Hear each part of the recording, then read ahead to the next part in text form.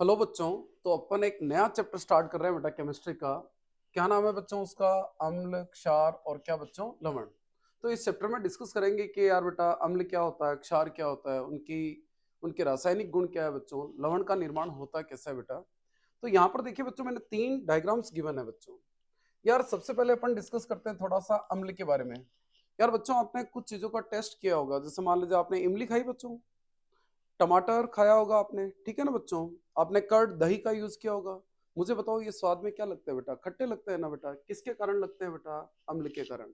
यानी अम्ल वो पदार्थ होते हैं बच्चों जो स्वाद में क्या होते हैं बेटा? खट्टे होते हैं। जैसे मान लीजिए यहाँ पर एक अम्ल दे रखा है बच्चों, हाइड्रोक्लोरिक अम्ल। क्या नाम है बेटा? HCl का नाम क्या है बच्चों? हाइड्रोक्लोरिक अम्ल। यदि इस अम्ल को मैं पानी में डाल दूं ना बेटा, तो ये HCl टूट जाता है बच्चों, किसमें? H+ और Cl- में। तो अम्ल ऐसे पदार्थ होते हैं जो जलीय विलयन में कौन सा आयन देते हैं बच्चों? H+ आयन देते हैं बेटा, उनको अपन क्या बोलते हैं बेटा? अम्ल।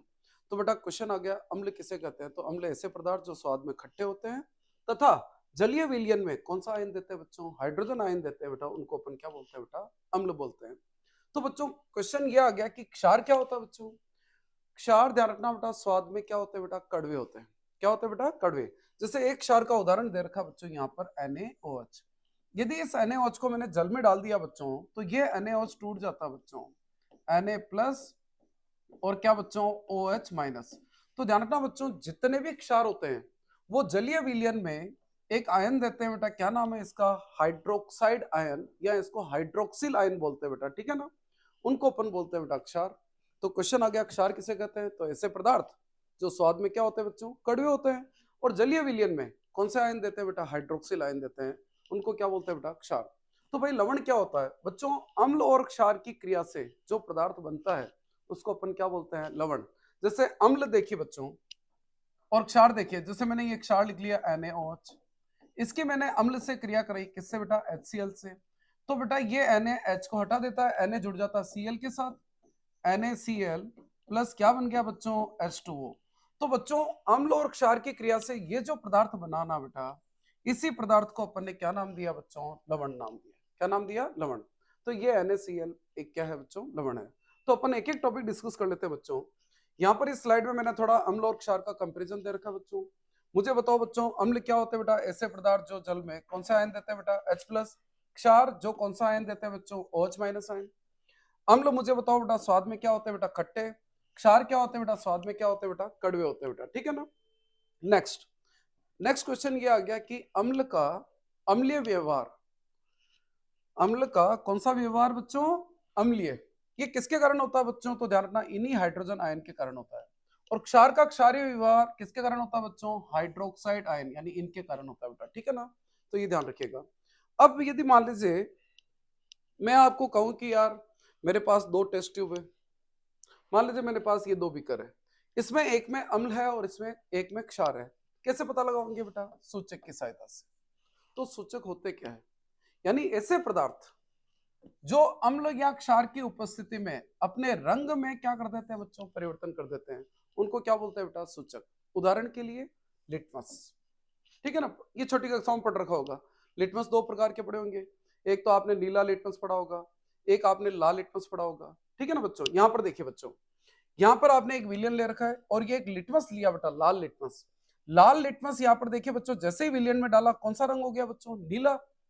लाल लिटमस क्या हो गया बच्चों? नीला हो गया। तो मुझे बताओ ये पदार्थ क्या होगा बच्चों? क्षार होगा। क्या होगा बच्चों? क्षार। लाल को नीले में चेंज कर देता है। यदि नीला, यदि मान लीजिए नीला जो लिटमस है बेटा, वो यदि लाल में चेंज हो गया, इसका मतलब वो क्या है बच्चों? अम्ल है। तो एक चीज रखना बेटा, अम्ल की उपस्थिति में नीला लिटमस क्या हो जाता है बच्चों? लाल हो जाता है। इसको शॉर्टकट याद कर लीजिएगा बच्चों, अनिल। क्या याद करना बच्चों? अनिल। यानी क्या हो गया? अम्ल। नी यानी नीला, और ल यानी क्या बच्चों? लाल। अम्ल की उपस्थिति में नीला लिटमस क्या हो जाता है बच्चों? लाल हो जाता है बेटा, ये आपको आना चाहिए। तो यार ये जो लिटमस है ये किससे प्राप्त होता है? तो बेटा ध्यान रखना, लिटमस किससे प्राप्त होता है? लाइकेन से। तो यार लाइकेन तो एक पौधा है बच्चों, जीव है, ठीक है ना बेटा। तो इनको सूचक कौन सा बोलेंगे बेटा? प्राकृतिक सूचक। यानी ऐसे सूचक जो प्राकृतिक स्रोत से प्राप्त होते हैं उनको बोलते हैं प्राकृतिक सूचक। एक और उदाहरण देखिए बच्चों, हल्दी। हल्दी का रंग सबको पता है बेटा, क्या होता है? पीला होता है। मुझे बताओ, जैसे मान लीजिए आपके व्हाइट क्लॉथ है बेटा, सफेद कपड़े हैं और उसमें हल्दी गिर गई या कोई सब्जी गिर गई, तो मुझे बताओ उसका कपड़े का रंग कैसा हो जाएगा? पीला हो जाएगा। जब आप साबुन से वॉश करोगे ना बेटा, साबुन से साफ करोगे ना बेटा, तो आप देखोगे कि हल्दी का जो पीला रंग है, हल्दी का जो पीला रंग है बेटा, वो क्या हो जाता है? लाल भूरा। एक्चुअली में जो साबुन होता है ना बेटा, वो कौन सा होता है बेटा? क्षारीय प्रकृति का होता है बच्चों, ठीक है ना। तो ध्यान रखना बच्चों, हल्दी का पीला रंग लाल भूरे में परिवर्तित हो जाता है, किसकी उपस्थिति में? क्षार की उपस्थिति में। अब देखिए बच्चों, और भी सूचक है। कुछ सूचक ऐसे होते हैं बेटा जो अपने गंध में परिवर्तन कर लेते हैं, उनको क्या बोलते हैं बेटा? गंधीय सूचक। तो बच्चों, वे पदार्थ जो अम्ल और क्षार की उपस्थिति में अपनी गंध में परिवर्तन कर लेते हैं बेटा, उसको बोलते हैं गंधीय सूचक। जैसे प्याज हो गया, वनीला हो गया। इन प्याज और वनीला जो है ना बेटा, प्याज की स्मेल सबको पता है। ध्यान रखना बेटा, यदि अम्ल डाल दिया तो प्याज की जो स्मेल है, गंध है, उसमें कोई परिवर्तन नहीं होगा। और क्षार में उसकी जो स्मेल होती है ना बेटा, गंध होती है ना, वो गायब हो जाती है बच्चों। अब देखिए बच्चों, नेक्स्ट आता है संश्लेषित सूचक। कुछ ऐसे रासायनिक पदार्थ भी होते हैं बेटा जो लेबोरेटरी में बनाए जाते हैं, प्रयोगशाला में बनाए जाते हैं बेटा, उनको क्या बोलते हैं बेटा? संश्लेषित सूचक। आपकी किताब में दो सूचक दे रखे हैं।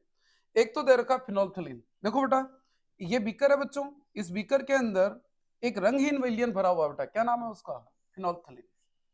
ये एक और देखिए बच्चों, एक और बोतल है, इसके अंदर देखो ऑरेंज कलर का एक और सूचक भरा हुआ है, इसका नाम क्या है बेटा? ऑरेंज ही है, तो बेटा नाम क्या दे दिया? मिथाइल ऑरेंज, ठीक है। ये सूचक किसकी उपस्थिति में अपना रंग परिवर्तन करते हैं, ये ध्यान रखना बच्चों। फिनोल्फ्थलीन जो है वो रंगहीन होता है बेटा, और क्षार की उपस्थिति में अपना रंग क्या कर देता है बच्चों? गुलाबी कर देता है। यानी ये जो फिनोल्फ्थलीन है बेटा, क्षार की उपस्थिति में गुलाबी कर देता, तो इसका उल्टा याद रखना बच्चों, मिथाइल ऑरेंज अम्ल की उपस्थिति में, ठीक है ना, इसका रंग कौन सा होता है बेटा? नारंगी। और ये क्या हो जाता है बच्चों? लाल हो जाता है बेटा, ठीक है ना। तो यहाँ पर मैंने एक और टेबल दे रखी है बच्चों, इस टेबल को ये अच्छी तरह से तैयार होनी चाहिए, क्वेश्चन आते रहते हैं, सबको पता है बच्चों। इधर देखिए, लाल लिटमस, बताओ लाल लिटमस नीला कब होता है बच्चों? क्षार की उपस्थिति में, ठीक है ना, अम्ल में कोई परिवर्तन नहीं आता है। नीला लिटमस, नीला लाल हो जाता है बच्चों कब? अम्ल की उपस्थिति में। पढ़ाया था ना, अनिल, अनील, ठीक है ना बेटा। और क्षार में कोई परिवर्तन नहीं आता। हल्दी पीले रंग की होती है बच्चों, मैंने कहा था लाल भूरी हो जाती है, किसकी उपस्थिति में? क्षार। अम्ल में कोई परिवर्तन नहीं आता बेटा, ठीक है ना। फिनोल्फ्थलीन, फिनोल्फ्थलीन क्या बताया था? रंगीन। फिनोल्फ्थलीन मैंने कहा था बेटा क्षार की उपस्थिति में क्या हो जाता है? गुलाबी। तो ये जो मिथाइल ऑरेंज है, कौन सा ऑरेंज बच्चों? मिथाइल ऑरेंज का रंग कौन सा होता है बेटा? नारंगी। ये लाल हो जाता है किसकी उपस्थिति में बेटा? अम्ल की उपस्थिति में।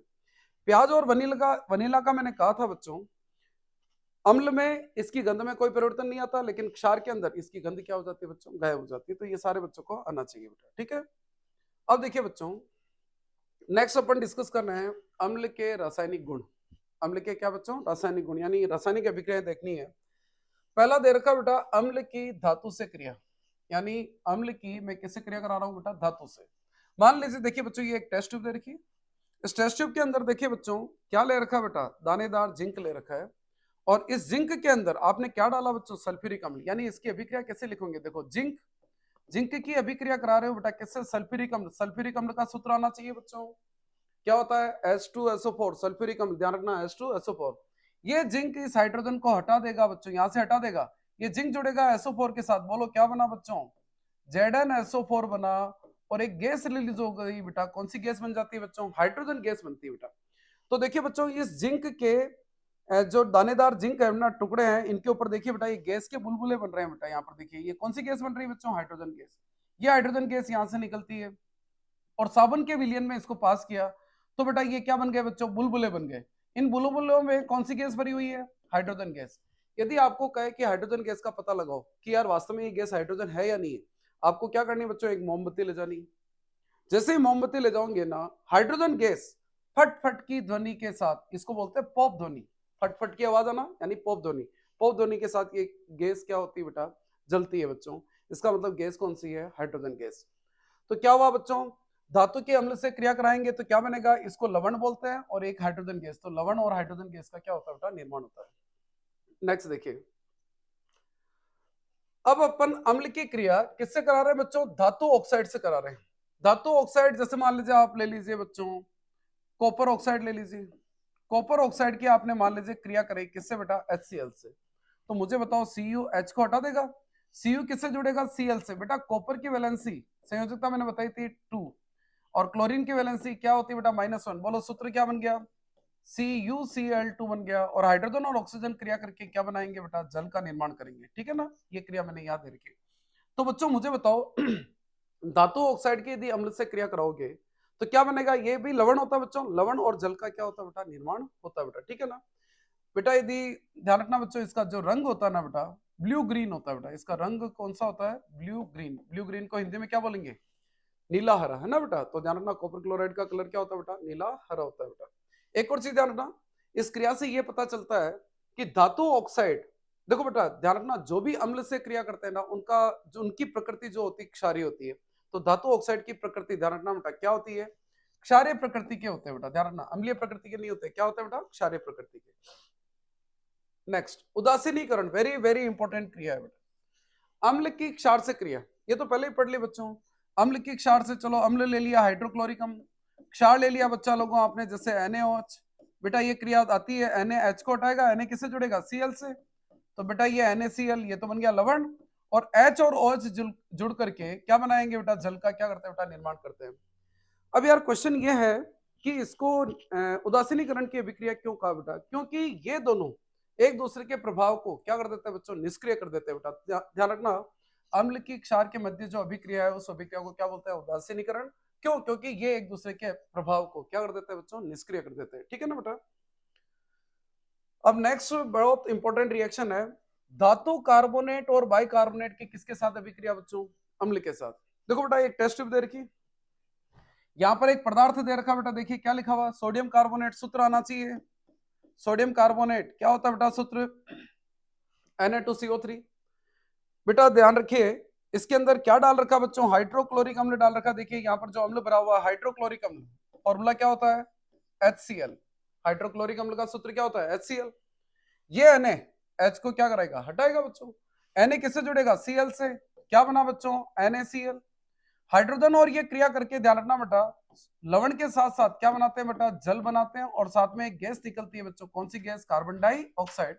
फिर इक्वेशन को बैलेंस कर लेना बेटा, सोडियम 2 तो ये सोडियम 2, क्लोरीन 2, क्लोरीन यहाँ पे 1 है, मल्टीप्लाई बाई क्या कर दीजिए बेटा 2, हाइड्रोजन 2 हो गए, बाकी सब बैलेंस है बेटा। अब आपको ये पता लगाना हो बच्चों कि यार ये जो निकलने वाली गैस है CO2 गैस है या नहीं है, कैसे पता लगाएंगे। देखो बच्चों ये एक टेस्ट ट्यूब दे रखी, इसके अंदर एक विलियन दे रखा बच्चों, कैल्शियम हाइड्रोक्साइड विलियन। कौन सा विलियन दे रखा बच्चों, कैल्शियम हाइड्रोक्साइड, जिसको अपन चूने का पानी भी बोलते हैं बेटा। ठीक है ना, बुझा हुआ चूना भी बोलते हैं बेटा। ठीक है ना, ये विलियन होता है बेटा रंगीन। तो बेटा ये जैसे ही इस CO2 को अपन इस विलियन में पास करेंगे ना, तो इस विलियन का जो रंग है वो दूधिया हो जाता है। नेक्स्ट स्लाइड में देखिए बच्चों, ये दे रखा मैंने, जैसे ही कार्बन डाइऑक्साइड गैस को किसमें, चूने के पानी में, यहाँ पर चूने का पानी, चूने के पानी का सूत्र क्या होता है बच्चों, CaOH, बुझा हुआ चूना है ना बेटा, उसके अंदर आपने CO2 पास कर दी। तो मैंने क्या कहा बेटा, इस जैसे ही इसमें CO2 गैस प्रवाहित करते हो बच्चों, तो चूने का पानी का जो रंग है ना बेटा, वो क्या हो जाता है, दूधिया हो जाता है। क्यों, क्योंकि क्रिया करने पर क्या बनता है बेटा, कैल्शियम कार्बोनेट का सफेद अवक्षेप बनता है, इसीलिए ध्यान रखना बेटा, ये रंग क्या हो गया बेटा, दूधिया। वापस समझिए, जैसे ही कार्बन डाइऑक्साइड गैस को चूने के पानी में प्रवाहित करते हैं, और यदि चूने का पानी क्या हो गया बच्चों, दूधिया, इसका मतलब गैस कौन सी है, कार्बन डाइऑक्साइड। क्वेश्चन आ गया, दूधिया क्यों होता है, कैल्शियम कार्बोनेट के निर्माण के कारण। हाँ, अब एक चीज ध्यान रखना बच्चों, यदि आप कार्बन डाइऑक्साइड को लगातार प्रवाहित करते रहे, कार्बन डाइऑक्साइड को लगातार प्रवाहित करते रहे, तो क्या होगा बच्चों, जो दूधिया रंग है वो क्या हो जाता है बच्चों, गायब हो जाता है। ठीक है ना बेटा, दूधिया रंग गायब हो जाता है। क्यों, क्योंकि क्या बन गया बच्चों, कैल्शियम बाई कार्बोनेट बनने के कारण। ठीक है ना बेटा।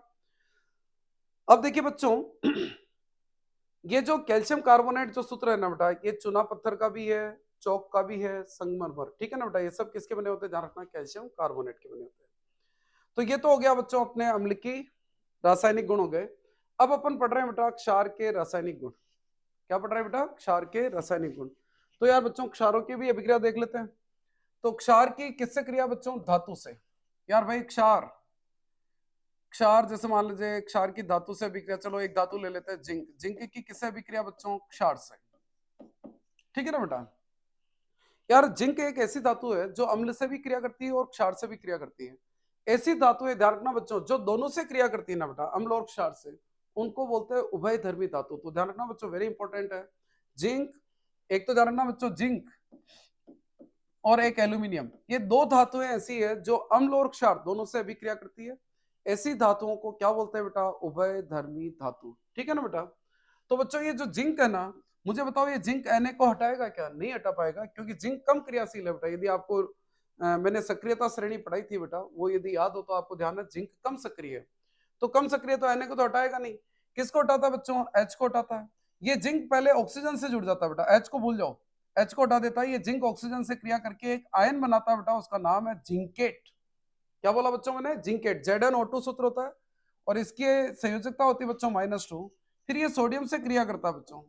सोडियम की संयोजकता होती है 1+, तो बेटा इसको 2 से और इसको 1 से। बोलो क्या बना बेटा सूत्र? Na2ZnO2, सोडियम जिंकेट बना। और साथ में एक गैस रिलीज होती है, क्योंकि इसने हाइड्रोजन को हटाया बच्चों, तो गैस कौन सी निकलेगी? Hydrogen gas. फिर इक्वेशन को क्या करोगे बच्चों? बैलेंस। यहाँ 2 आ जाएगा, फिर इक्वेशन क्या हो जाएगी? बैलेंस। तो ये यहाँ पर भी रखिए बच्चों। तो यदि क्षार की धातु से अभिक्रिया कराओ तो इसमें भी ध्यान रखना बच्चों, लवण बनता है और साथ में गैस कौन सी निकलती है? हाइड्रोजन गैस निकलती है बेटा। लेकिन ध्यान रखना बच्चों, सारी धातुएं क्षार से अभिक्रिया नहीं करती है, केवल ये दो धातुएं। वेरी इंपॉर्टेंट है। क्वेश्चन आ गया, क्षार से अभिक्रिया करने वाली धातुओं के नाम बताओ, तो क्या लिखोगे? जिंक और एल्यूमिनियम। बाकी धातुएं मोस्टली ध्यान रखना क्षार से अभिक्रिया नहीं करती है। नेक्स्ट, अधातु ऑक्साइड के साथ, ये तो अपन ने पहले ही पढ़ रखी है बच्चों। अधातु ऑक्साइड जैसे कार्बन डाइऑक्साइड, अभी पढ़ाया था बेटा। कार्बन डाइऑक्साइड को चूने के पानी में प्रवाहित कर दिया जाए तो चूने का पानी क्या हो जाता है? दूधिया हो जाता है। क्यों? क्योंकि क्या बन जाता है? कैल्शियम कार्बोनेट बन जाता है। ठीक है ना बेटा? और साथ में ध्यान रखना जल का निर्माण होता है। यदि आपके एग्जाम में क्वेश्चन आ गया, देखो मैंने पहले ही कहा था धातु ऑक्साइड की प्रकृति कौन सी बताई थी? क्षारीय। लेकिन यदि आपको कहे कि अधातु ऑक्साइड की प्रकृति क्या होती है, तो बच्चों अम्लीय होती है बेटा। क्यों? कैसे पता लगा? देखो बच्चों, ये अधातु ऑक्साइड किससे क्रिया कर रहा है? क्षार से। जो क्षार से क्रिया करते हैं उनकी प्रकृति क्या होती है बच्चों? अम्लीय। और जो अम्ल से क्रिया करते हैं उनकी प्रकृति क्या होती है बेटा? क्षारीय होती है। तो ध्यान रखना, अधातु ऑक्साइड की प्रकृति कौन सी होती है बच्चों? अम्लीय। क्वेश्चन आता रहता है। नेक्स्ट, तनुकरण। यार तनुकरण क्या होता है? देखो बच्चों, तनुकरण का मतलब सिंपल सी चीज, किसी भी विलयन में पानी मिला दो, वो तनुकरण है। ठीक है ना बेटा? यानी पानी मिला रहे हो तो बच्चों उसको तनुकरण बोलते हैं बेटा। अब यार यहाँ पर देखो बच्चों, तनुकरण की सही विधि क्या है वो एग्जाम में आती रहती है। तनुकरण दो तरीकों से कर सकते हो। एक तो क्या कर लो बच्चों, यहाँ पर आप ले लीजिए अम्ल और इसमें मिलाइए पानी। ठीक है ना? ठीक है साहब, पानी मिला सकते हो। एक और तरीका है बच्चों, आप पानी पहले ले लीजिए और उस पानी में क्या मिलाइए बच्चों? अम्ल मिलाइए। तो किताब ये कह रही बच्चों कि यार भाई तनुकरण की ये वाली जो विधि है ना, ये गलत है और ये वाली विधि क्या है? सही है। यहां पर क्या समस्या है वो समझिए। पानी को जैसे ही अम्ल में मिलाते हो ना बेटा, ठीक है ना बेटा, तो ये जो अम्ल है ये क्या होता है बच्चों? टूटता है बेटा। और टूटने पर ध्यान रखना बेटा, बहुत सारी क्या निकलती है बच्चों? उष्मा निकलती है बेटा। यानी कहने का मतलब ये हुआ कि जो तनुकरण की अभिक्रिया है वो अभिक्रिया उष्माक्षेपी अभिक्रिया है। तो बच्चों जैसे ही पानी पानी को अम्ल में डालोगे, बहुत सारी क्या निकलती है बच्चों? उष्मा निकलती है। और इतनी उष्मा निकलती है कि ये अम्ल उछल करके बाहर आ सकता है और ये जो आपका कांच का बर्तन है ना, ये भी टूट सकता है बेटा। तो आपको क्या करना चाहिए? अम्ल को पानी में मिलाना चाहिए, वो भी बूंद बूंद करके। ध्यान रखना बेटा, धीरे धीरे बूंद बूंद करके धीरे धीरे मिलाना चाहिए और हिलाते रहना चाहिए, ताकि अम्ल एक जगह इकट्ठा नहीं हो, नहीं तो बहुत सारी उष्मा निकलेगी और वो उछल करके बाहर आ जाएगा। तो ध्यान रखना, तनुकरण की विधि में ध्यान रखना, अम्ल हो या क्षार हो, उसको पानी में धीरे धीरे और लगातार हिलाते हुए मिलाया जाना चाहिए। ठीक है ना बेटा? क्यों? क्योंकि ये अभिक्रिया क्या है? उष्माक्षेपी अभिक्रिया है। नेक्स्ट, यार बच्चों तनुकरण कहते किसे बेटा? देखो बच्चों, यदि अम्ल को आपने पानी में मिलाया बेटा, तो मुझे बताओ जो हाइड्रोजन आयन की मात्रा है प्रति इकाई आयतन क्या हो जाएगी बच्चों? कम। अब यार देखो बच्चों, एक सिंपल सी चीज, मेरी बात सुनो। जैसे मान लीजिए आपने कोई शर्करा का विलयन लिया, ठीक है ना, शक्कर वाला विलयन लिया, आप उसमें पानी मिलाते हो तो बेटा क्या होता है? मिठास कम हो जाती है ना बेटा। क्यों? क्योंकि शर्करा की मात्रा प्रति इकाई आयतन क्या हो गई बच्चों? कम हो गई। तो उसी तरह से ध्यान रखना बेटा, यदि अम्ल मिलाते हो ना, तो हाइड्रोनियम आयन यानी H+ आयन की मात्रा, और यदि मान लीजिए क्षार मिलाते हो तो OH- आयन की मात्रा प्रति इकाई आयतन क्या हो जाती है बच्चों? कम हो जाती है। इस अभिक्रिया, इसको क्या बोलते हैं बेटा? तनुकरण। तो तनुकरण की डेफिनेशन क्या लिखोगे? तनुकरण वह क्रिया है जिसमें अम्ल या क्षार को पानी के अंदर बूंद बूंद करके हिलाते हुए मिलाया जाता है, जिसके कारण इसके अंदर हाइड्रोजन आयन की सांद्रता या हाइड्रोक्सिल आयन की सांद्रता प्रति इकाई आयतन क्या हो जाती है बच्चों? कम हो जाती है। उसको बोलते हैं तनुकरण। ठीक है ना बेटा? अब एक और वेरी इंपॉर्टेंट चीज ध्यान रखना बच्चों कि यार यदि मान लीजिए मैंने HCl ले लिया, बताओ HCl क्या है? अम्ल है बच्चों। यदि ये अम्ल ध्यान रखना बच्चों ड्राई है, ड्राई का मतलब शुष्क है, ठीक है ना। मुझे बताओ बच्चों नीला लिटमस लाल हो जाता है किसकी उपस्थिति में? अम्ल की उपस्थिति में। यदि मान लीजिए मैं यहाँ पर नीला लिटमस ले जाऊं तो मुझे बताओ ये जो अम्ल है ये ड्राई है और नीला लिटमस ले गया तो बताओ ये लाल हो जाएगा क्या? तो बच्चों नहीं होगा। क्वेश्चन आता रहता है यार ऐसा क्यों है? यदि आपने शुष्क HCl ले लिया तो नीला लिटमस लाल नहीं होगा बच्चों। उसका कारण क्या है बच्चों? तो ध्यान रखना बच्चों, मैंने पहले ही कहा था अम्ल की अम्लीय प्रकृति किसके कारण होती है बच्चों? H+ के कारण। और ड्राई स्टेट में ध्यान रखना बच्चों यदि ये शुष्क है तो इसमें मुक्त H+ आयन नहीं होते हैं। तो बच्चों ध्यान रखना इस HCl को आपको पहले पानी के संपर्क में लाना पड़ेगा, यानी जल के संपर्क में लाना पड़ेगा। यदि H2O डालोगे तो ध्यान रखना बच्चों ये आयोनाइज हो जाता है H+ एंड क्या बच्चों? Cl-। तो मैं आपको ये कह रहा हूं बच्चों ये ड्राई स्टेट में नहीं लोगे, इसको या तो विलियन वाली अवस्था में लोगे और H+ आयन आएंगे तो ही ये अपना अम्लीय प्रकृति शो करेगा बच्चों, ठीक है ना। या ऐसा करो बेटा, ये भी ले सकते हो, ये जो लिटमस है ना बच्चों इसको आप क्या बेटा मॉइस्ट फॉर्म में ले सकते हो बेटा, ठीक है ना। तो वो अपनी अम्लीय प्रकृति शो करेगा। नेक्स्ट क्या आता है बच्चों? पीएच। तो यार भाई पीएच क्या है? नाम से ही पता चल रहा है पी और क्या बच्चों? एच। पी यानी पावर पोटेंस और एच यानी हाइड्रोजन आयन। देखो बच्चों पीएच एक स्केल है बेटा। पीएच क्या है बेटा? एक स्केल है। स्केल से क्या करते हो? मापते हो ना बेटा, एक मापने की स्केल है। क्या मापने की स्केल है? किसी भी विलियन में उपस्थित हाइड्रोजन आयन को मापने की स्केल को क्या बोलते हैं बेटा? PH scale. तो क्या डेफिनेशन है? किसी भी विलियन में उपस्थित कौन से आयन? हाइड्रोजन आयन की सांद्रता को मापने की जो स्केल होती है बेटा उसको क्या बोलते हैं बेटा? पीएच बोलते हैं बेटा, ठीक है। पीएच की जो रेंज होती है ना बच्चा लोगों, ध्यान रखना बच्चों 0 से कहां तक होती है? 14 तक। पीएच स्केल 0 से 14 तक। बीचों बीच क्या आता है बच्चों? 7, ठीक है ना। ये जो यदि मान लीजिए एक चीज ध्यान रखना बेटा, किताब में देखोगे ना तो एक ग्राफ भी बना हुआ है, मैं यहां पर बना देता हूं आपके लिए। इस तरह का ग्राफ बना हुआ है। यहां पर आयन लिखे हुए हैं बच्चों OH- आयन और यहां पर आयन लिखे हुए हैं बेटा कौन सा? H+ ion. जल्दी से दिमाग लगाओ, अम्ल कौन सा आयन देते हैं? H+ ion. क्षार कौन सा आयन देते हैं? OH- ion. बेटा ध्यान से देखिए 7 जो पीएच है मुझे बताओ इसमें H+ ज्यादा है या OH- आयन ज्यादा? बराबर है बच्चों। तो जब ध्यान रखना बच्चों 7 पीएच पर ध्यान रखना बेटा क्या होता है बेटा? ये विलियन जो होगा वो क्या होगा? उदासीन होगा। क्या होगा बच्चों? उदासीन। यदि किसी भी विलियन की पीएच 7 है तो ध्यान रखना वो पीएच वो जो विलियन है बेटा वो क्या होगा? उदासीन होगा। क्यों? क्योंकि यहाँ पर H+ आयन की मात्रा और OH- आयन की मात्रा क्या होती है? बराबर होती है। अब मुझे बताओ बच्चों 7 से आप 0 की तरफ जाइए, 7 से आप 0 की तरफ जाइए, ध्यान से देखिए H+ आयन की मात्रा क्या होती जा रही? बढ़ती जा रही। यानी अब क्या बढ़ता जा रहा बच्चों? अम्लीय। तो ध्यान रखना 7 से 0 की तरफ जितना नीचे जाओगे बेटा उतना ही वो विलियन क्या होगा बच्चों? अम्लीय होगा। अब सोचिए 7 से आप 14 की तरफ जा रहे हो, बताओ बेटा कौन से आयन बढ़ रहे हैं? OH- आयन बढ़ रहे हैं। तो बेटा कौन सी प्रकृति बढ़ रही है बेटा? क्षारीय। तो ध्यान रखना बेटा इधर जो प्रकृति बढ़ती है बेटा वो कौन सी होती है? क्षारीय। यदि मान लीजिए मैं आपको पूछूं क्वेश्चन कि यार pH 1 है, ठीक है ना बेटा, या एक विलियन है बेटा ए, उसकी pH 1 है और मान लीजिए बी विलियन है उसकी pH आपको दे दी 5। यदि मैं दोनों में से आपको ये पूछूं कि बताओ इनमें से अम्लीय कौन है, तो बेटा दोनों ही अम्लीय है क्योंकि 7 से नीचे दोनों ही अम्लीय है। लेकिन ज्यादा अम्लीय कौन है? तो ज्यादा अम्लीय ध्यान रखना बेटा क्या होगा? एक होगा, क्योंकि जितना नीचे जाओगे H+ आयन की मात्रा बढ़ेगी और जितना H+ आयन ज्यादा होगा उतना ही ज्यादा क्या होगा? अम्लीय। तो ये ज्यादा अम्लीय है और ये कम अम्लीय है बेटा।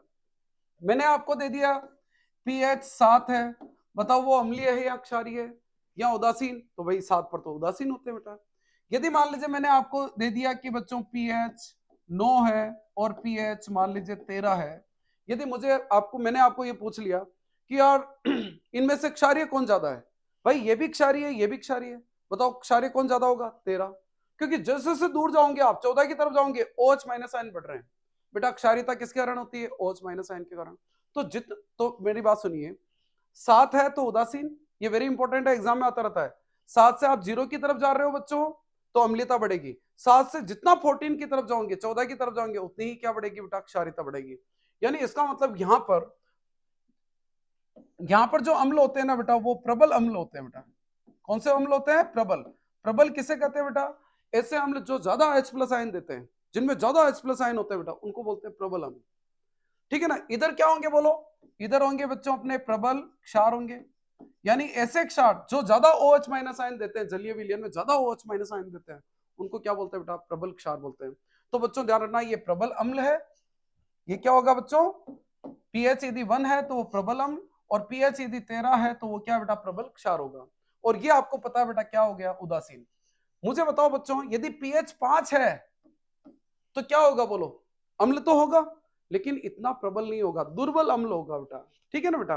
बताओ पीएच 9 है तो क्या लिखोगे भाई? वो क्षार तो होगा, लेकिन इतना प्रबल नहीं होगा, दुर्बल क्षार। तो ध्यान रखना बेटा, पीएच 5 दुर्बल अम्ल और पीएच 9 क्या हो गया बेटा? दुर्बल क्षार हो गया।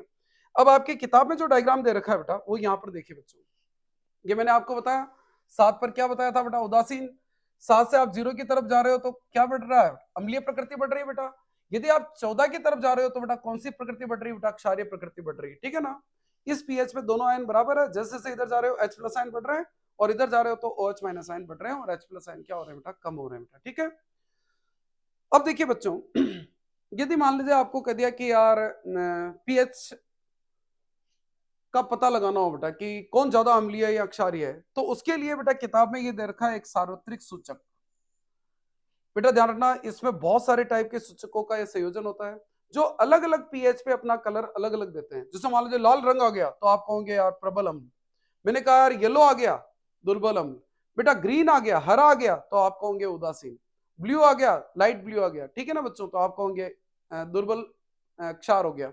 और बहुत ज्यादा डीप आ गया बेटा, ठीक है ना, डीप ब्लू आ गया, तो बेटा आप कहोगे कि क्या बच्चों? प्रबल क्षार है बेटा। ठीक है ना? तो यहाँ पर ये ध्यान रखिएगा। एक और चीज जानना बेटा, शुद्ध जल की पीएच 7 होती है, और आपके रक्त की पीएच थोड़ा याद कर लेना बच्चों, 7.4 होती है बेटा। क्या होती है बेटा? 7.4। ठीक है ना? जठर रस, जठर रस, जठर रस जानते हो ना बेटा? आमाशय के अंदर जठर रस होता है, उसकी पीएच आपकी किताब में दे रखी है बेटा 1.2। और नींबू के रस की लगभग पीएच क्या होती है बेटा? 2.2 दे रखी है बेटा। ठीक है ना? मिल्क ऑफ मैग्नीशिया, ये अपन पढ़ेंगे बच्चों। किसी व्यक्ति को बेटा एसिडिटी हो जाती है ना, तो ये वाली दवाई ली जाती है, मिल्क ऑफ मैग्नीशिया, उसकी पीएच क्या होती है बेटा? 10 होती है। और सोडियम हाइड्रोक्साइड, इसको कास्टिक सोडा भी बोलते हैं बेटा, इसकी पीएच प्रबल क्षार है बच्चों, पीएच कितनी होती है बेटा? लगभग 14 होती है। याद कर लीजिएगा इनको। अब यार इस पीएच का दैनिक जीवन में क्या महत्व है बेटा, वो समझिए बच्चों। मेरी बात सुनिए बेटा। पहला, आमाशय में, भाई आपको पढ़ाया था बच्चों मैंने आमाशय। आमाशय के अंदर एक रस निकलता है बेटा, कौन सा रस? जठर रस। और जठर रस में एक अम्ल होता है बच्चों, कौन सा अम्ल होता है? हाइड्रोक्लोरिक अम्ल।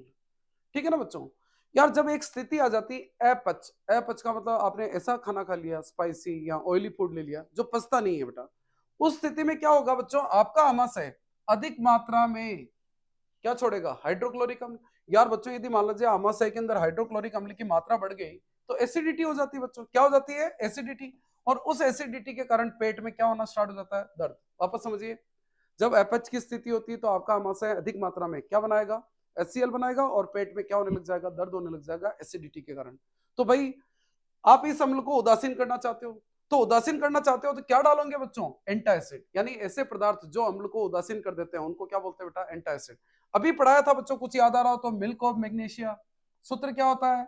MgOH whole twice magnesium hydroxide. ठीक है ना? या आप खाने का सोडा, घर पर सोडा होगा बच्चों, खाने का सोडा होता है बेटा, जिसको बेकिंग सोडा भी बोलते हैं, उसका सूत्र होता है बेटा NaHCO3। तो ये वेरी वेरी इंपॉर्टेंट है। एसिडिटी हो जाती है तो उसके लिए क्या करोगे बच्चों? आप एंटासिड का उपयोग करेंगे। क्वेश्चन आ गया, उदाहरण बताओ, तो मिल्क ऑफ मैग्नीशिया और बेकिंग सोडा, यानी खाने का सोडा भी बोलते हैं बेटा इसको। नेक्स्ट है बच्चों दांत, दंत क्षय। यार बच्चों जो दांत होता है ना बेटा, दांत आपको ध्यान है बच्चों, दांत का जो भारी भाग होता है बहुत ज्यादा कठोर होता है, उस भाग को क्या बोलते हैं बच्चों? इनेमल। ठीक है ना बेटा? दांत पर जो परत पाई जाती है, इनेमल की परत पाई जाती है, शरीर का सबसे कठोर भाग होता है बेटा। किसका बना होता है? कैल्शियम फॉस्फेट का बना होता है बेटा। ठीक है ना बेटा? अब यार बच्चों क्या होता है कि जैसे आपने खाना खाया, तो डेफिनेटली खाना खाने के बाद भोजन के कुछ कण आपके दांतों में रह जाएंगे। भोजन की कुछ मात्रा कहाँ रह जाती है बच्चों? दांतों में रह जाती है। आपके मुंह में बहुत सारे क्या है बच्चों? बैक्टीरिया। ये बैक्टीरिया इस भोजन को क्या करेंगे? तोड़ेंगे। और तोड़ने पर किसका निर्माण होगा बेटा? अम्ल। यार भाई अम्ल का निर्माण होता है मुंह के अंदर, यदि अम्ल का निर्माण हो रहा तो अम्ल बढ़ रहा है बच्चों, तो पीएच क्या हो रही है? 0 की तरफ जा रही, कम होती जा रही है। तो अम्ल का निर्माण होगा तो पीएच का मान कम होगा। यदि पीएच का मान, वेरी इंपॉर्टेंट, 5.5 से भी कम हो जाता है तो आपका जो इनेमल है ना बेटा वो क्षय होना प्रारंभ हो जाता है। तो भाई इसको रोकने के लिए करोगे क्या? तो खाना खाने के बाद क्या करना चाहिए? ब्रश करना चाहिए और साथ में पेस्ट भी लगाएंगे, क्योंकि पेस्ट का जो नेचर होता है बेटा वो क्या होता है बेटा? क्षारीय होता है। ठीक है ना बच्चों? तो ये मैंने दे दिया कि ब्रश करना चाहिए और साथ में टूथपेस्ट का क्या करना चाहिए? उपयोग करना चाहिए बच्चों। अब देखिए बच्चों, कुछ जंतु है, कुछ पौधे हैं, वो रसायनों का उपयोग करते हैं बेटा अपनी रक्षा के लिए। बेटा कभी आपने देखा होगा कि चींटी काट जाती है बच्चों, मधुमक्खियां वो काट जाती है। एक पौधा है बच्चों नेटर, ये जब काटते हैं ना बेटा तो ये अपने शरीर के अंदर क्या करते हैं? एक अम्ल डाल देते हैं बेटा। कौन सा अम्ल डालते हैं? फॉर्मिक अम्ल, या इसको क्या बोलते हैं बेटा? मेथेनोइक अम्ल। सूत्र याद करो तो देख लेना, HCOOH। यार भाई इन्होंने अम्ल डाल दिया आपने तो वहां पर क्या होने लग जाएगा बच्चों? दर्द होने लग जाता है। ठीक है ना बच्चों? तो वहां पर दर्द और जलन प्रारंभ हो जाती है। अब क्या करोगे बच्चों? यदि मधुमक्खी ने काट दिया, आपको अब पता चल गया कि क्या डाला उन्होंने? अम्ल। तो भाई अम्ल को उदासीन करना है तो क्या उपयोग करेंगे? एंटासिड। या तो आप घर पर खाने का सोडा होगा बच्चों, बेकिंग सोडा लगा दो, ठीक हो जाओगे। या मिल्क ऑफ मैग्नीशिया का उपयोग कर सकते हो बेटा। ठीक है, नेक्स्ट। इसके अलावा बच्चों एक चीज ध्यान रखना बेटा बड़ी इंपॉर्टेंट चीज है, अपना शरीर किस पीएच पे काम करता है। तो बच्चों ध्यान रखना, अपना शरीर 7.0 से 7.8 पीएच पे अच्छी तरह से क्या करता है बेटा? कार्य करता है। एक और चीज ध्यान रखना बच्चों, पौधों की अच्छी वृद्धि के लिए क्या पीएच होनी चाहिए बेटा? पौधों की अच्छी वृद्धि के लिए क्या पीएच होनी चाहिए? 7 पीएच होनी चाहिए। ठीक है ना बेटा? एक और चीज ध्यान रखना बच्चों, एक अम्लीय वर्षा आती है बेटा, एक टर्म आती है बच्चों, अम्लीय वर्षा। अम्लीय वर्षा क्या होती है बेटा? देखो बच्चों, एक्चुअली में अपना जो पर्यावरण है ना बेटा, वातावरण है ना बेटा, उसमें बहुत सारे अधातु ऑक्साइड होता है, SO2, CO2। जब बारिश होती है तो ये घुल जाते हैं और अम्ल बना देते हैं। यदि उस वर्षा में वर्षा के पानी के पीएच का मान यदि 5.6 से भी कम हो गया हो, तो बच्चों ऐसी वर्षा को अपन क्या बोलते हैं बेटा? अम्लीय वर्षा। अब यार अम्लीय वर्षा का प्रभाव क्या होगा बच्चों? अम्लीय वर्षा के कारण ध्यान रखना बच्चों, यहाँ पर अम्लीय वर्षा के कारण क्या होगा बच्चों? वो जो मिट्टी है वो भी अम्लीय हो जाती है, पानी भी क्या हो जाता है? अम्लीय हो जाता है। तो डेफिनेटली जीवों के ऊपर बहुत प्रतिकूल प्रभाव पड़ता है बेटा। ठीक है ना? यदि मान लीजिए एक चीज जानना बच्चों, मिट्टी यदि अम्लीय है तो बताओ पौधे विकसित हो पाएंगे? नहीं हो पाएंगे। तो क्या करोगे आप? वो जो अम्लीय मिट्टी है ना उसके अंदर आप क्या करते हो बच्चों? चूने का पानी डाल दीजिए बेटा। ठीक है ना? बुझा हुआ चूना, बिना बुझा हुआ चूना ये डाल सकते हो, चौक पाउडर डाल सकते हो, मार्बल स्लरी, वो सब क्षारीय होते हैं। तो क्षार अम्ल को क्या कर देगा बच्चों? निष्क्रिय कर देगा। और एक और चीज जानना बेटा, यदि मान लीजिए कभी कभी यदि भूमि जो मिट्टी है वो क्षारीय है तो उसके लिए क्या करोगे आप? जिप्सम का उपयोग करोगे। ध्यान रखना बेटा, क्षारीय के लिए किसका? जिप्सम का। और अम्लीय मिट्टी आ गई तो उसको उदासीन करने के लिए क्या उपयोग करोगे? चूने का पत्थर है ना बेटा, बुझा हुआ चूना, बिना बुझा हुआ चूना, इनका उपयोग कर सकते हैं बच्चों। नेक्स्ट, यदि मान लीजिए आपको कहे कि सिरका में कौन सा अम्ल पाया जाता है बेटा? तो ध्यान रखना, सिरका में क्या होता है? एसिटिक अम्ल होता है। नींबू, संतरा, बताओ फटाफट बोलो। साइट्रिक अम्ल होता है बच्चों। दूध, दही, इनमें कौन सा अम्ल होता है बेटा? लैक्टिक अम्ल। और बेटा अभी बताया था मधुमक्खी काट जाती है, चींटी काट जाती है, तो कौन सा अम्ल होता है? मेथेनोइक अम्ल। टमाटर में, ठीक है ना बेटा, टोमेटो, टोमेटो में ध्यान रखना बच्चों, यहाँ गलत लिख दिया, ऑक्जेलिक अम्ल होता है बेटा। टमाटर में ध्यान रखना बच्चों कौन सा अम्ल होता है? ऑक्जेलिक। ठीक है ना बेटा? और इमली में ध्यान रखना बच्चों कौन सा पाया जाता है? टार्ट्रिक अम्ल पाया जाता है। क्या पाया जाता है बेटा? टार्ट्रिक अम्ल। तो बच्चों ये तो हो गए अपने अम्लों के जो ऑर्गेनिक एसिड हो गए बेटा, एग्जाम्पल हो गए। अब यार प्रबल अम्ल क्या होते हैं? मैंने पहले ही बताया था बच्चों, ऐसे अम्ल जो जल में पूर्णतया आयनित हो जाते हैं और अधिक मात्रा में क्या बनाते हैं? H+ ion. यानी आप तो सिंपल सा ध्यान रखना, ऐसे अम्ल जो जलीय विलयन में अधिक मात्रा में H+ आयन देते हैं वो प्रबल अम्ल है। प्रबल अम्ल कौन कौन से हैं बेटा? हाइड्रोक्लोरिक अम्ल हो गया, सल्फ्यूरिक अम्ल हो गया, एस्ट्रोसोपोर, नाइट्रिक अम्ल हो गया, HNO3। दुर्बल अम्ल किसे कहते हैं? उल्टा लिख लीजिए, ऐसे अम्ल जो आंशिक रूप से आयनित होते हैं तो बेटा H+ आयन भी क्या बनाएंगे? कम बनाएंगे। कम बनाएंगे तो ये अम्ल क्या हो गए? दुर्बल अम्ल हो गए। जैसे एसिटिक अम्ल CH3COH, कार्बोनिक अम्ल H2CO3 बेटा। ठीक है ना? तो ये अपना टॉपिक कंप्लीट हुआ बेटा। टॉपिक स्टार्ट कर रहे हैं बेटा, क्या बच्चों? लवण। यार बच्चों लवण होता क्या है? तो मैंने आपको कहा था बेटा कि अम्ल की क्षार से क्रिया। जैसे आपने अम्ल ले लिया बच्चों हाइड्रोक्लोरिक अम्ल, और आपने क्षार ले लिया बच्चों क्या बच्चों? NaOH। तो बेटा मुझे बताओ ये NaH को हटा देगा बच्चों, Na किससे जुड़ेगा? Cl से। तो क्या बना बच्चों? NaCl plus H2O। बच्चों ये जो NaCl है ना बेटा, यही लवण है बेटा। ठीक है ना? तो अम्ल की क्षार से क्रिया कराने पर जो पदार्थ बनता है बेटा, एक तो क्या बनता है बच्चों? लवण, और साथ में क्या बनता है बच्चों? जल बनता है। अब देखिए बच्चों, यदि आपको ये पूछ लिया जाए कि लवण कितने प्रकार के होते हैं, तो बच्चों लवण ध्यान रखना बेटा 3 प्रकार के हो सकते हैं। लवण उदासीन हो सकता है, लवण अम्लीय हो सकता है, या लवण क्या हो सकता है बच्चों, क्षारीय हो सकता है। तो यार बच्चों क्वेश्चन ये आ गया कि उदासीन कब होगा, अम्लीय कब होगा और क्षारीय कब होगा बेटा। यदि मान लीजिए, इमेजिन करिए, यदि आप प्रबल अम्ल की प्रबल क्षार से क्रिया करा रहे हो, मुझे बताओ लवण कब बनते हैं बच्चों, अम्ल की क्षार से क्रिया कराने पर बनते हैं। यदि दोनों ही चीजें प्रबल है, अम्ल भी प्रबल है, क्षार भी प्रबल है, तो बेटा मुझे बताओ लवण कौन सा बनेगा, उदासीन बनेगा। या कब बन सकता है बच्चों, यदि अम्ल क्या हो बेटा, दुर्बल, और क्षार भी क्या हो बच्चों, दुर्बल हो। यानी कहने का मतलब प्रबल अम्ल और प्रबल क्षार से उदासीन बनेगा, दुर्बल अम्ल और दुर्बल यानी दोनों दुर्बल हो तो बेटा क्या बनेगा, बेटा उदासीन बनेगा। ठीक है ना बच्चों। जैसे मान लीजिए उदाहरण के लिए, अभी मैंने आपको कहा था बच्चों, जैसे मान लीजिए मैंने NaOH ले लिया, बेटा ये ध्यान रखना प्रबल क्षार है। हाइड्रोक्लोरिक अम्ल ले लिया, ये एक प्रबल अम्ल है। मुझे बताओ इनकी क्रिया से जो बनेगा बेटा, क्या बना बच्चों, NaCl प्लस H2O। तो बच्चों ये जो लवण बनाना, ये लवण क्या होगा बेटा, उदासीन होगा। ठीक है ना। तो इसके लिए आपको क्या पता होना चाहिए बच्चों, आपको ये पता होना चाहिए कि कौन कौन से अम्ल प्रबल है।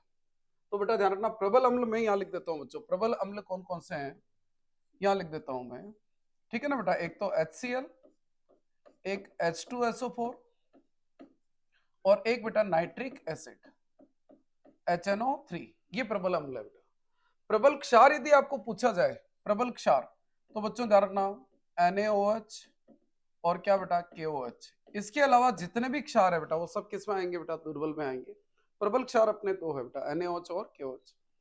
अब देखिए बच्चों, यदि मान लीजिए आपको पूछा जाए दुर्बल अम्ल कौन से हैं, दुर्बल अम्ल, तो दुर्बल अम्ल ध्यान रखना बच्चों, नाम सुना होगा आपने CH3COOH, एसिटिक अम्ल है ना बेटा। या आपने कार्बनिक अम्ल सुना हो बेटा, H2CO3। ठीक है ना बेटा, ये क्या है बेटा, दुर्बल अम्ल। एक चीज ध्यान रखना, दुर्बल अम्ल में क्या आता है बेटा, कार्बन आता है। ये थोड़ा सा याद करने का ट्रिक है बेटा। ठीक है ना। यदि किसी अम्ल में कार्बन आ गया तो वो जनरली ध्यान रखना बच्चों क्या होगा बेटा, दुर्बल अम्ल होगा। दुर्बल क्षार कौन से हैं बेटा, मैंने आपको कहा था KOH NaOH को छोड़ करके, जैसे मान लीजिए CaOH होल ट्वाइस, ये दुर्बल क्षार है। MgOH होल ट्वाइस, ये दुर्बल क्षार है। ZnOH होल ट्वाइस, ये दुर्बल क्षार है बेटा। ठीक है ना। तो मेरी बात सुनो, प्रबल अम्ल कौन से हो गए, हाइड्रोक्लोरिक अम्ल, सल्फ्यूरिक अम्ल और नाइट्रिक अम्ल। ठीक है ना बेटा। दुर्बल अम्ल कौन से हो गए बच्चों, एसिटिक अम्ल CH3COH, और ये क्या है, कार्बनिक अम्ल H2CO3। प्रबल क्षार कौन से हैं बच्चों, NaOH और KOH। और दुर्बल क्षार कौन से हैं बेटा, ये वाले हैं बेटा। ठीक है। अब मुझे बताओ बच्चों, यदि आपके एग्जाम में आ गया कि अम्लीय लवण कब होगा बेटा, यार बच्चों अम्लीय लवण कब होगा, जब अम्ल क्या हो, प्रबल हो।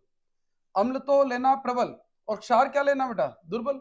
तो बच्चों कोई प्रबल अम्ल ले लीजिए। चलो प्रबल अम्ल ले लिया अपन ने, क्या बच्चों, HCl ले लिया, प्रबल अम्ल। दुर्बल क्षार, ये दुर्बल क्षार है बच्चों। मान लीजिए मैंने ले लिया CaOH whole twice, CaOH whole twice, इन दोनों की क्रिया कराओ, ये प्रबल अम्ल और ये दुर्बल क्षार। तो मुझे बताओ ये CaH को हटाएगा, Cl से जुड़ेगा, क्या बनेगा बच्चों, CaCl2। H और OH मिलकर के क्या बनाते हैं बच्चों, H2O।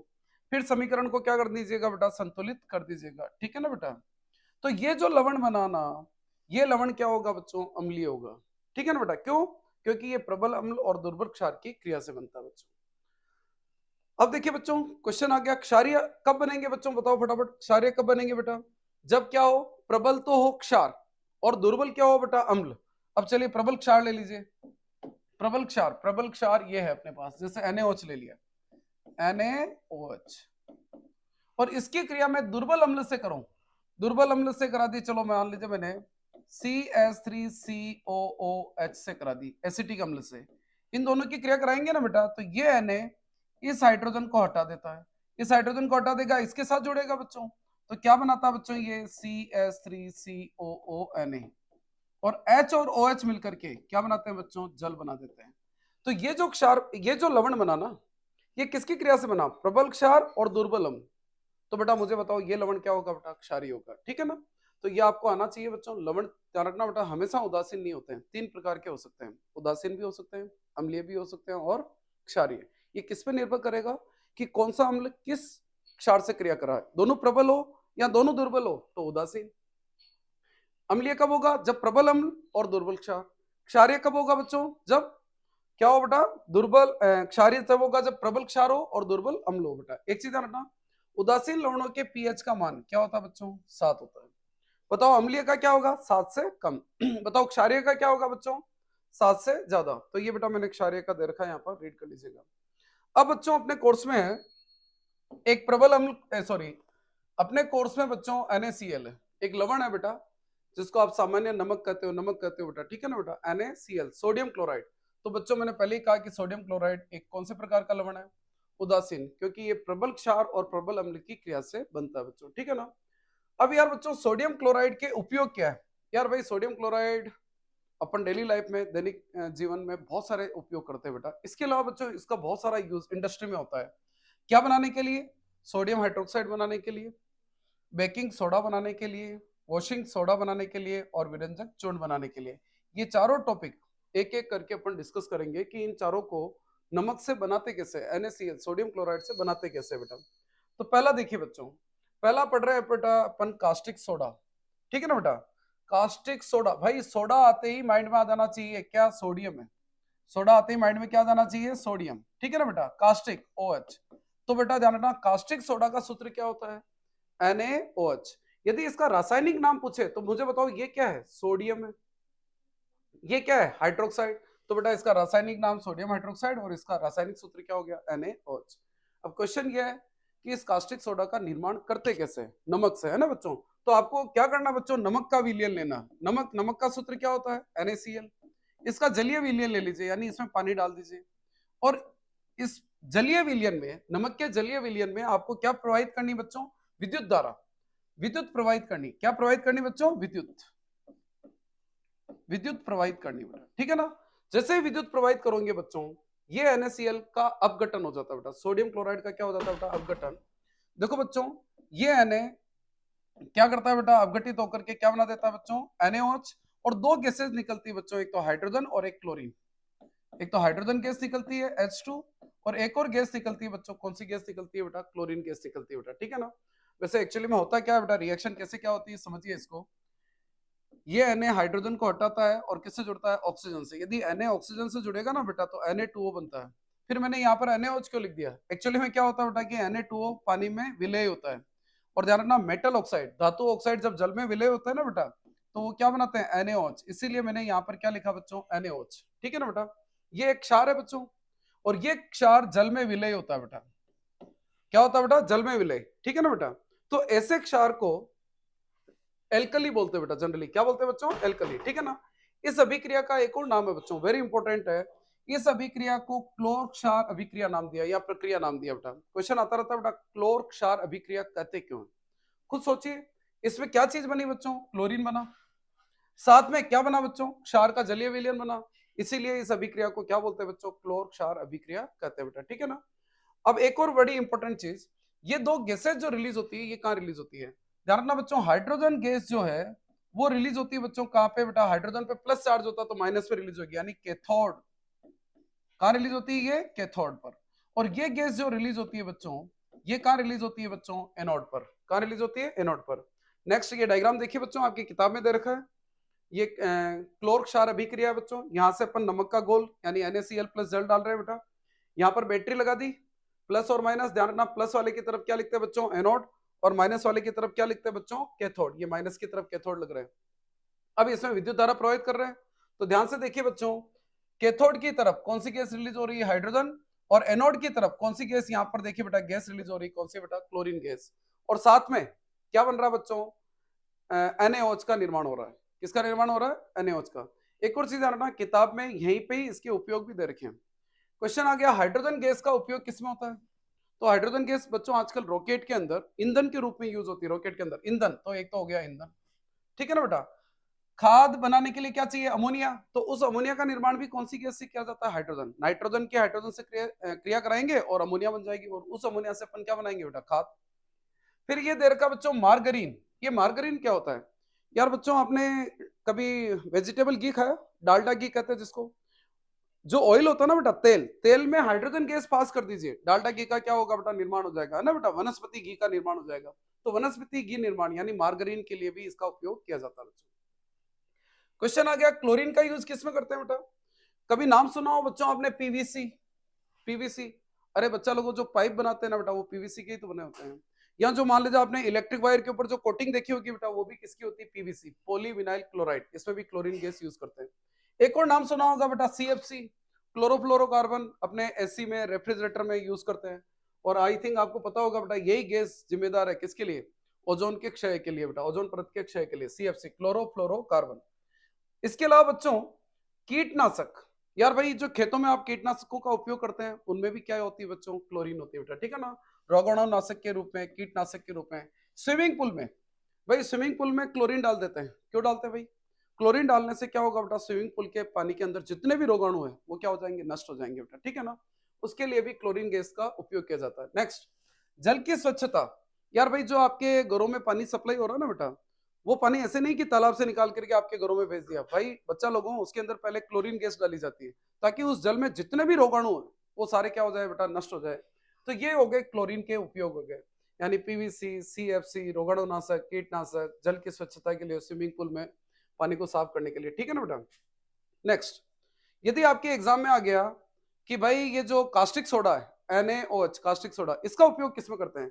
भाई जैसे मान लीजिए धातुओं के ऊपर ग्रीस लग गया तो उस ग्रीस को हटाने के लिए किसका उपयोग करेंगे बेटा? कास्टिक सोडा का उपयोग करेंगे। साबुन बनाने के लिए, अपमार्जक बनाने के लिए, कागज बनाने के लिए, इनके लिए भी किसका उपयोग करेंगे? कास्टिक सोडा का। और नेक्स्ट है बेटा कृत्रिम फाइबर, यानी कृत्रिम रेसे बनाने के लिए भी किसका उपयोग किया जाता है? कास्टिक सोडा का। तो इसका उपयोग धातु के ऊपर ग्रीस लग गई उसको हटाने के लिए, कागज बनाने के लिए, साबुन बनाने के लिए, अपमार्जक बनाने के लिए, और कृत्रिम रेसे बनाने के लिए किसका उपयोग किया जाता है बच्चों?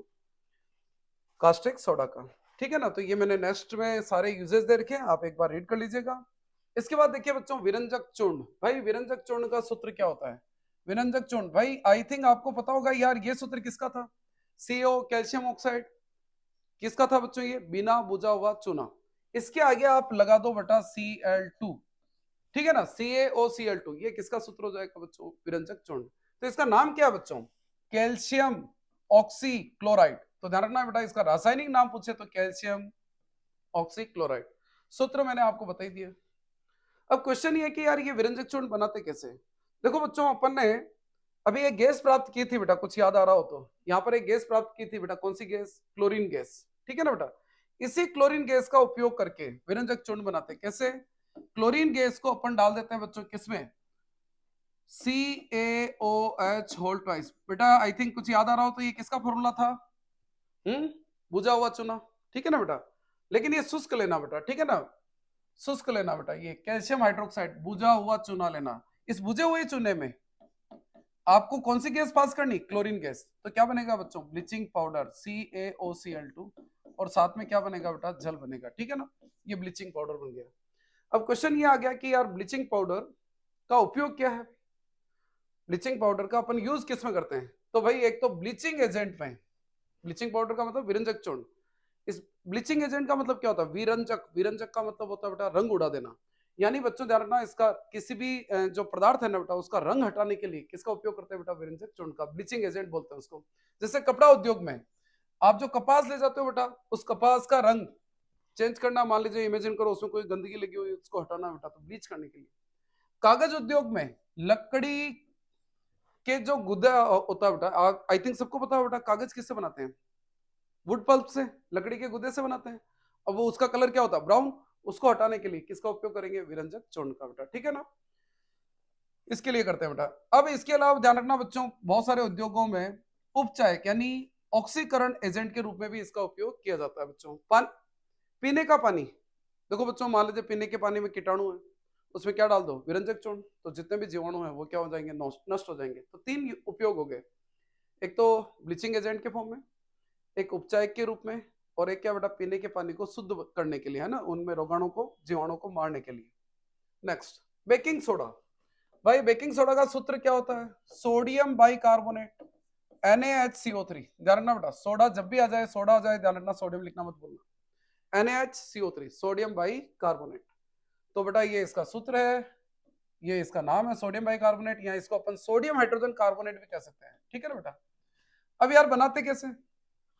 बनाने का तरीका बड़ा सिंपल सा है भाई। नमक का पानी लीजिए, नमक का पानी यानी NaCl प्लस क्या बच्चों? H2। इसके अंदर एक गैस पास करिए बच्चों, कौन सी गैस पास करेंगे? CO2। और साथ में इसके अंदर क्या मिला देते हैं बच्चों? अमोनिया। अमोनिया, अमोनिया का सूत्र क्या होता है? NH3। कुल मिला के इसको लर्न करने का सिंपल सा तरीका, ए बी और क्या बच्चों? सी की क्रिया। A for ammonia, B for brine, brine का मतलब होता है नमक का पानी, NaCl+H2O। सी फॉर क्या बच्चों? Carbon dioxide. इनकी जब आपस में क्रिया कराओगे ना बच्चों, तो क्या बनेगा बच्चों? बेकिंग सोडा, यानी NaHCO3 का क्या होगा? निर्माण होगा। और साथ में एक और इंपॉर्टेंट कंपोनेंट बनता है बेटा, अमोनियम क्लोराइड, NH4Cl। तो यहाँ पर मैंने क्रिया दे रखी बच्चों। अब यार बच्चों, बेकिंग सोडा यानी घर पर इसको बोलते हैं खाने का सोडा। मम्मी को पूछना बेटा, बहुत सारी जो फूड आइटम बनाने के लिए इसी का उपयोग किया जाता है। किसका बेटा? खाने के सोडे का, ना, बेकिंग सोडा का। इसमें जैसे ही इस बेकिंग सोडा को गर्म करते हो ना बच्चों, नीचे एक क्रिया दे रखी है बच्चों, देखिए आप, बेकिंग सोडा को जैसे ही गर्म करते हो ना, ये टूट जाता है और एक गैस निकलती है बच्चों, कार्बन डाइऑक्साइड। और बच्चों यही गैस भोजन को क्या बनाती है बेटा? थोड़ा सॉफ्ट और स्पंजी बनाने का काम करती है बेटा, ठीक है ना। तो बेकिंग पाउडर, अब देखिए बच्चों, इसके और भी यूज दे रखे हैं बेटा मैंने नोट्स में। एक तो बेकिंग पाउडर बनाने के लिए, क्या बनाने के लिए बेटा? Baking powder. बेकिंग पाउडर क्या होता है? बेकिंग सोडा के अंदर टार्ट्रिक अम्ल डाल दो बच्चों। कौन सा अम्ल? टार्ट्रिक। नाम सुना होगा, टार्ट्रिक अम्ल डाल देते हैं, ठीक है ना बेटा। तो इसके मिश्रण को ही क्या नाम दिया बच्चों? Baking powder. ये जो केक वेक बनाते हैं ना बेटा, ये इसी से बनाते हैं। तो बेकिंग पाउडर क्या होता है? बेकिंग सोडा प्लस टार्ट्रिक अम्ल का मिश्रण होता है। नेक्स्ट बेटा, कुछ याद आ रहा हो तो मैंने आपको कहा, जब हनी बी काट जाती है ना, मधुमक्खी काट जाती है बेटा, जैसे मान लीजिए चींटी ने काट लिया, क्या डाल देती? एसिड। भाई उस एसिड को क्या करना बच्चों? न्यूट्रलाइज करना। तो इसका एंटा एसिड के फॉर्म में यूज किया जाता है। क्यों? क्योंकि इसकी प्रकृति कौन सी होती है बेटा? क्षारीय प्रकृति होती है। या मैंने आपको कहा था बच्चों, जब आमाशय में एसिडिटी हो जाती है बच्चों, तो उसके लिए भी अपन किसका उपयोग करते हैं बेटा? बेकिंग सोडा, क्योंकि एक क्षारीय प्रकृति का होता है। इसके अलावा बच्चों, आग बुझाने वाले यंत्र का निर्माण भी किससे किया जाता है बच्चों? बेकिंग सोडा से, ठीक है ना बेटा। तो ये अपना टॉपिक कंप्लीट हुआ, बेकिंग सोडा। तो अपना नेक्स्ट जो टॉपिक है बेटा, वो क्या है? धोने का सोडा। यार बच्चों, धोने के सोडे का फॉर्मूला क्या होता है बच्चों? इसको वॉशिंग सोडा भी बोलते हैं। फॉर्मूला होता है बच्चों Na2CO3.10H2O, ठीक है ना बेटा। ये इसका केमिकल फॉर्मूला है बच्चों, यानी रासायनिक सूत्र है बेटा इसका, है ना। यदि इसका नाम पूछे तो मुझे बताओ, ये क्या है? सोडियम। ये क्या है बच्चों? कार्बोनेट। तो सोडियम कार्बोनेट।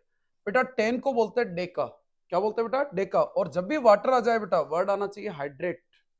तो बेटा इसका नेम क्या हो गया? सोडियम कार्बोनेट डेका हाइड्रेट, ठीक है ना बेटा। अब यार, धोने के सोडे का बनाएंगे कैसे बच्चों? तो धोने के सोडे को बनाते हैं, ध्यान रखना बच्चों, बेकिंग सोडा से बनाते हैं। मुझे बताओ, बेकिंग सोडा का फॉर्मूला क्या था? NaHCO3, sodium by carbonate. बेटा इसको ध्यान रखना, जैसे ही गर्म करोगे ना, ये टूट जाएगा। ये टूट करके क्या बनाता है बच्चों? Na2CO3, यानी sodium carbonate plus water plus carbon dioxide. फिर इक्वेशन को बैलेंस कर लेना। तो यहाँ पर बेकिंग सोडा से आपको क्या मिल जाएगा बच्चों? धोने का सोडा का Na2CO3 मिल गया। अब इस Na2CO3 का को पानी में डाल देते हैं बच्चों। इसके साथ 10 मॉलिक्यूल, यानी 10 अणु किसके जुड़ जाते हैं? जल के अणु जुड़ जाते हैं। बोलो क्या बना बच्चों? Na2CO3.10H2O, ठीक है ना बेटा। तो इस तरह से धोने के सोडे का क्या होता है बेटा? निर्माण होता है, फॉर्मेशन होता है बेटा, ठीक है ना। तो बेकिंग क्या विधि है बच्चों? सबसे पहले बेकिंग सोडा को गर्म करेंगे। ये देखो बेकिंग सोडा, इसको गर्म किया, क्या बना बच्चों? Sodium carbonate. ये देखिए आपको सोडियम कार्बोनेट मिल गया। इस सोडियम कार्बोनेट का क्या किया बच्चों? पुनः क्रिस्टलीकरण किया, यानी इसके अंदर वापस जल मिला दिया, और क्या प्राप्त हो गया बच्चों? धोने का सोडा। अब यदि क्वेश्चन ये आ गया कि यार इसके उपयोग क्या है, तो यार धोने के सोडे का उपयोग किसमें करेंगे बेटा? एक तो साफ सफाई में, घरों में साफ सफाई के लिए यूज किया जाता है, सबसे इजी इसका यूज है। अब देखो बच्चों, वेरी इंपॉर्टेंट ये है, जल की स्थायी कठोरता को हटाने के लिए। यार भाई, कठोर जल क्या होता है? ऐसा जल जिसमें कैल्शियम और मैग्नीशियम के लवण पाए जाते हैं, उसको बोलते हैं कठोर जल। और एक चीज रखना बेटा, कठोर जल में यदि कपड़े धोएंगे ना साबुन से, तो वो साफ ही नहीं होंगे। तो भाई उसकी कठोरता को हटाना जरूरी है। कौन हटाएगा बेटा? धोने का सोडा। तो जल की स्थायी कठोरता को हटाने के लिए धोने का सोडे का उपयोग करेंगे बेटा, ठीक है ना। इसके अलावा सोडियम यौगिक, लाइक जैसे क्या बेटा? बोरेक्स बनाने के लिए भी इसी का उपयोग किया जाता है। कांच, साबुन, कागज, इन फैक्ट्रीज में, यानी इनके उद्योगों में भी किसका उपयोग किया जाता है बेटा? धोने के सोडे का। तो कितने उपयोग हो गए? 4। एक तो साफ सफाई, एक जल की कठोरता को हटाने के लिए, सोडियम यौगिक क्या बेटा? बोरेक्स बनाने के लिए। इसके अलावा बच्चों, कांच, साबुन और कागज, की इंडस्ट्रीज में, उद्योगों में इसका उपयोग किया जाता है। इसके बाद देखिए बच्चों, क्रिस्टलन का जल। यार बच्चों अपन ने अभी कुछ फॉर्मूले पढ़े थे, कुछ याद आ रहा हो तो अभी देखो, धोने के सोडे का फॉर्मूला क्या बताया था बच्चों, Na2CO3.10H2। तो यहाँ पर इस सूत्र में देखिए बच्चों कि यार ये जो लवण का एक सूत्र है ना बेटा, इस सूत्र के साथ एक पर्टिकुलर नंबर में वाटर मॉलिक्यूल्स जुड़े हुए हैं, यानी जल की एक निश्चित मात्रा जुड़ी हुई है बेटा, इसी को ही क्रिस्टलन का जल बोलते हैं। यानी लवण के एक सूत्र इकाई में, यानी इकाई सूत्र में जल के निश्चित अणुओं की संख्या को क्या बोलते हैं बेटा, क्रिस्टलन का जल। तो आपको कहे कि यार धोने के सोडे का क्रिस्टलन का जल कितना है, तो 10 बताऊंगे बेटा, 10 अणु जुड़े हुए हैं, ठीक है ना बेटा। इसके अलावा बच्चों अपन ने फर्स्ट चैप्टर में पढ़ा था FeSO4 के क्रिस्टल जो होते हैं ना बेटा, उसके साथ 7 मॉलिक्यूल वाटर के जुड़े रहते हैं, यानी 7 अणु किसके जुड़े रहते हैं, जल के। ये भी क्रिस्टलन का जल। यदि आपको FeSO4 के क्रिस्टलन का जल पूछे तो क्या लिखोगे, 7। और वेरी इंपॉर्टेंट है बेटा, CuSO4 डॉट क्या बच्चों, 5H2। तो बेटा कॉपर सल्फेट के साथ कितने अणु जुड़े रहते हैं बेटा, 5 अणु। तो बेटा ध्यान रखना, किसी भी लवण की जो इकाई सूत्र है बेटा, उससे निश्चित मात्रा में जल के अणु जुड़े रहते हैं, उसी को ही क्रिस्टलन का क्या बोलते हैं, जल बोलते हैं। वेरी इंपॉर्टेंट चीज ये है बच्चों, इन दोनों लवणों के अंदर क्रिस्टलन जल के कारण इनका रंग परिवर्तित हो जाता है। FeSO4 का जो रंग होता है ना बेटा, वो हरा रंग हो जाता है, और इसका रंग जो है बेटा वो क्या हो जाता है, नीला हो जाता है। क्या हो जाता है बच्चों, नीला, ब्लू कलर हो जाता है। एक चीज ध्यान रखना बच्चों, यदि इस कॉपर सल्फेट को, यदि एग्जाम में क्वेश्चन आ जाए कि नीले रंग के कॉपर सल्फेट के क्रिस्टल लिए आपने गर्म किया, उनसे बताओ बच्चों यदि इसको गर्म करेंगे तो क्या होगा। भाई गर्म करेंगे तो 5H2 उड़ जाएगा, बताओ। यदि इसको गर्म कर दिया तो 5H2 हट गया बच्चों, 5H2 हट गया तो बच्चों मुझे बताओ क्या बचा, CuSO4 बचा। भाई इस CuSO4 का कलर क्या हो जाता है बेटा, सफेद, व्हाइट हो जाता है बेटा। तो ध्यान रखना बच्चों, जैसे इसको गर्म करेंगे क्रिस्टलन का जल हट जाएगा और इसका रंग क्या हो जाएगा, सफेद। अब मुझे बताओ बच्चों, यदि इसमें मैं वापस पानी मिला दूं, वापस वाटर मिला दिया, तो कलर क्या हो जाएगा, वापस नीला हो जाएगा बच्चों। यानी क्रिस्टलन के जल के कारण, ध्यान रखना बेटा, इनके रंग में क्या आ जाता है, परिवर्तन आ जाता है। अब इस चैप्टर का लास्ट टॉपिक है बच्चों, प्लास्टर ऑफ पेरिस, जिसको आप POP बोलते हो बेटा। क्या बोलते हो बेटा, POP, प्लास्टर ऑफ पेरिस। भाई प्लास्टर ऑफ पेरिस का सूत्र क्या होता है, CaSO4 डॉट ½ यार भाई क्या नाम देंगे, ये क्या है, कैल्शियम, ये क्या है, सल्फेट, कैल्शियम सल्फेट। आधा आ जाए ना बेटा तो उसके लिए वर्ड होता है हेमी। क्या वर्ड यूज होता है, हेमी। और बेटा जल के लिए आपको पता ही है क्या वर्ड यूज करते हैं, हाइड्रेट। तो इसका नेम क्या हो गया, कैल्शियम सल्फेट हेमी हाइड्रेट, ये इसका रासायनिक नाम हो गया बच्चों, और ये इसका रासायनिक सूत्र। अब क्वेश्चन ये आ गया कि इसको बनाते किससे, तो बेटा इसको बनाते हैं बच्चों जिप्सम से। तो यार भाई जिप्सम का फॉर्मूला क्या है, जिप्सम का फॉर्मूला ध्यान रखना CaSO4 डॉट 2H2O है बच्चों। इसको गर्म किया जाता है कितने डिग्री पे, 373 केल्विन पर। जब गर्म करेंगे ना बेटा तो क्या बनेगा, जब POP बन जाएगा CaSO4 डॉट ½ H2O, और साथ में 1.5 H2O का भी क्या हो जाता है बेटा, फॉर्मेशन रिलीज हो जाता है बच्चों। 2H2O में से 1.5 अणु जल का निकल गया तो बचा कितना, आधा ही बचा ना बेटा। इसको बोलेंगे अपन POP, प्लास्टर ऑफ क्या बेटा, पेरिस बोलेंगे बेटा, ठीक है। इस प्लास्टर ऑफ पेरिस का उपयोग कहाँ किया जाता है, तो भाई plaster of Paris I think सबको पता होगा बच्चों, आजकल सबसे ज्यादा यूज यहाँ हो रहा है। अपने घर पे जो छत की डिजाइन बनाते हैं ना बच्चों, फूल वूल बना देते हैं, ठीक है ना, डिजाइने बनाते हैं बेटा, वो किसकी बनी होती है, POP की, ठीक है ना बेटा। तो एक छत की डिजाइन बनाने के लिए एक और सबसे इजी यूज, कभी किसी पर्सन की आपने देखा होगा हड्डियां टूट जाती है बेटा। अब यदि हड्डियां टूट गई, उसको सही स्थिति पे जोड़ने के लिए किसका यूज करते हैं बेटा, प्लास्टर ऑफ पेरिस का, टूटी हुई हड्डियों को सही जगह पे जोड़ने के लिए POP का यूज। इसके अलावा बच्चों खिलौने के लिए, सजावट का सामान बनाने के लिए किसका यूज करेंगे, POP का। एक और चीज ध्यान रखना बच्चों, POP को मॉइस्चर प्रूफ कंटेनर यानी बर्तन में रखा जाता है। यदि मॉइस्चर मिल गया, यानी इसको जलवाष्प वापस मिल गई बेटा, यदि POP को जलवाष्प वापस मिल जाती है तो ये वापस क्या बना देता है बच्चों, जिप्सम बना देता है बेटा। क्या बना देता है ये, जिप्सम। और जिप्सम बहुत ज्यादा क्या होता है बेटा, हार्ड होता है बेटा। इसीलिए POP को जो संग्रह किया जाता है ना बेटा, वो बिल्कुल मॉइस्चर प्रूफ कंटेनर में संग्रह किया जाता है बेटा, ठीक है। तो ये आपका चैप्टर है बच्चों, एसिड बेस एंड सॉल्ट। इसके बाद अपन नेक्स्ट चैप्टर पढ़ेंगे बच्चों, metal and non metal. Thank you बच्चों।